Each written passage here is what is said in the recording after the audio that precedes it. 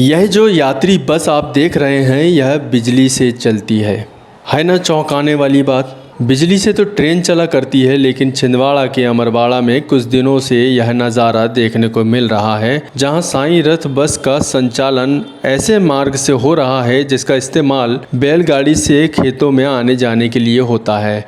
ऐसे मार्ग पर यात्रियों से भरकर यह बस चलाई जा रही है और इस रास्ते में हाई वोल्टेज बिजली के तार बहुत नीचे लटके हुए हैं। यह बिजली के तार बस से टकराते हैं।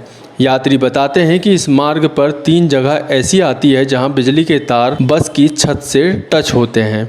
यात्रियों की माने तो बस संचालक द्वारा यात्रियों की जान को खतरे में डाला जा रहा है। यात्रियों की जान के साथ खिलवाड़ होना कितना उचित है, इसका दृश्य हम आपके सामने रख रहे हैं। गौर से देखिए, हाई वोल्टेज बिजली के तार के नीचे यह बस खड़ी है और यात्री जान बचाकर बस से बाहर निकलते हुए खेतों में जाकर इकट्ठा हो रहे हैं और बस का हेल्पर एक लंबे से बांस के जरिए हाई वोल्टेज बिजली के तार को ऊपर की ओर उठा रहा है ताकि बस आसानी से निकल जाए। बड़े हादसे पर आमादा यह काम कितना उचित है, इसका अंदाज़ा जिम्मेदारों को लगाना होगा। जानकार बताते हैं कि अमरवाड़ा हाईवे पर आरटीओ की जांच चल रही है और इस जांच से बचने के लिए और अधिकारियों की आंख में धूल झोंकने के लिए बस का इस तरह से खतरे भरे मार्ग से संचालन हो रहा है। अब देखना यह है कि साईं रथ बस पर कब और क्या कार्रवाई होती है।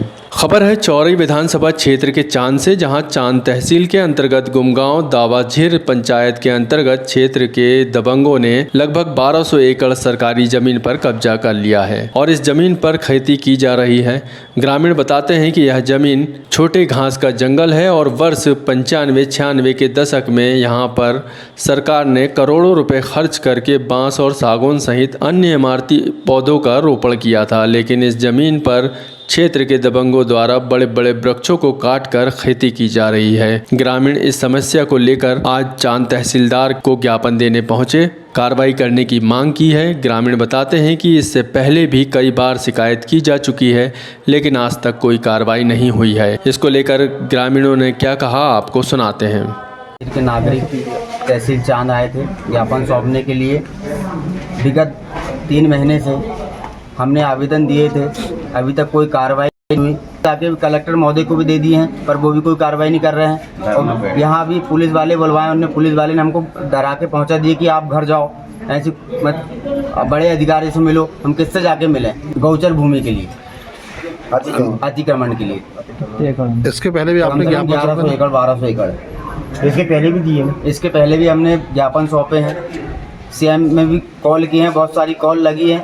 ऊपर से कॉल आता है तो वो भी बोलते हैं कि कार्रवाई आपकी जारी है, पर अभी तक कोई ऐसा निराकरण नहीं हुआ है। आप क्या चाह रहे हो? हम ये चाह रहे हैं कि हमारा अतिक्रमण मुक्त हो, नहीं तो हम कोई भी कार ऐसा उठाएंगे, धरना प्रदर्शन करेंगे, रोड जाम, चक्का जाम, कुछ भी कर सकते हैं। छिंदवाड़ा सांसद विवेक साहू ने आज अतिथि शिक्षक से 10,000 मांगने वाले प्रधान अध्यापक की फोन पर क्लास लगा दी। उन्होंने सीधे तौर पर प्रधान अध्यापक को फोन लगाते हुए कहा कि तुमको 10,000 रुपये चाहिए क्या। इस घटना का वीडियो सामने आया है जिसमें विवेक साहू प्रधान अध्यापक को फटकार लगाते हुए नजर आ रहे हैं। दरअसल आज सांसद विवेक साहू अपने विशेष प्रवास पर अमरवाड़ा विधानसभा के धनोरा पहुंचे थे, जहां उनके कार्यक्रम के दौरान अतिथि शिक्षक सीमा डहरिया ने अंडोल स्कूल के प्रधान अध्यापक द्वारा उन्हें स्कूल में रखने के एवज में 10,000 रुपये मांगने की शिकायत सांसद से की थी, जिसके बाद सांसद ने सीधे रिश्वत की मांग करने वाले प्रधान अध्यापक को फोन घुमा दिया और फोन पर सीधे तौर पर लताते हुए कहा कि यदि इस तरह से काम करोगे तो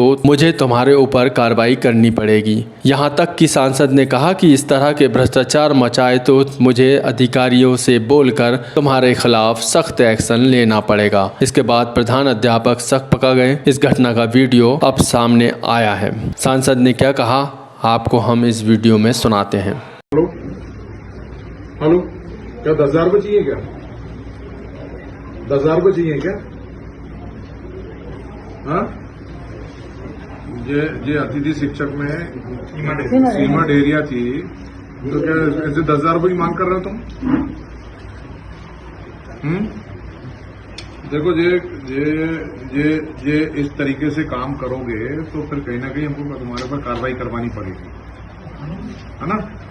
हाँ नहीं, मेरी बात सुन लो। ये अगर भ्रष्टाचार मचाओगे तो मैं अभी बात करके तुरंत कार्रवाई करवाता हूँ। हाँ, वो आएंगी और पढ़ाएंगी, और ये इस तरीके उनको बुलवाओ, और वो मेरी बहन है जो मान के काम करना है। वो मेरी बहन है जो मान करके उनसे काम करवाना।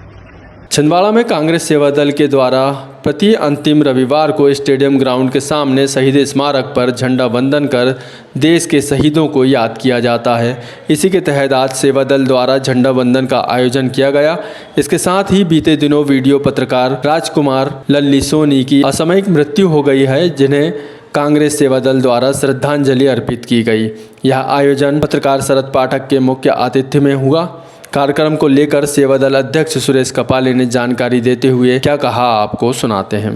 आज कांग्रेस सेवा दल के प्रतिनिधियों के द्वारा हमारा जो रविवार का अंतिम रविवार होता है उसमें झंडा वंदन की प्रक्रिया हमारी होती है, जिसमें देश के स्वतंत्रता सेनानियों को याद करने का काम किया जाता है। झंडा वंदन हमारे मुख्य अतिथि के रूप में शरद पाठक जी यहाँ उपस्थित हुए, उनके हस्ते आज ये झंडा वंदन हुआ। उसके उपरांत हमारे शहर के लोकप्रिय पत्रकार, फोटोग्राफर, कैमरामैन राजकुमार उर्फ लल्ली के पूर्व में अभी इनका इंतकाल हो गया, जिसकी श्रद्धांजलि आज कांग्रेस सेवा दल के पदाधिकारियों ने यहाँ पर शहीद स्मारक पर दी, और भगवान से, ऊपर वालों से निवेदन किया कि भगवान उनको अपने चरणों में स्थान दे, उनके परिवार में दुख सहने की क्षमता उन्हें दे। इसी कामनाओं के साथ हम सभी ने आज उन्हें विनम्र श्रद्धांजलि अर्पित की है। आगामी दिनों में दीपावली है और त्योहारों को लेकर बाजार सजने शुरू हो गए हैं। दीपावली में पटाखा बाजार बहुत बड़े स्तर पर लगता है।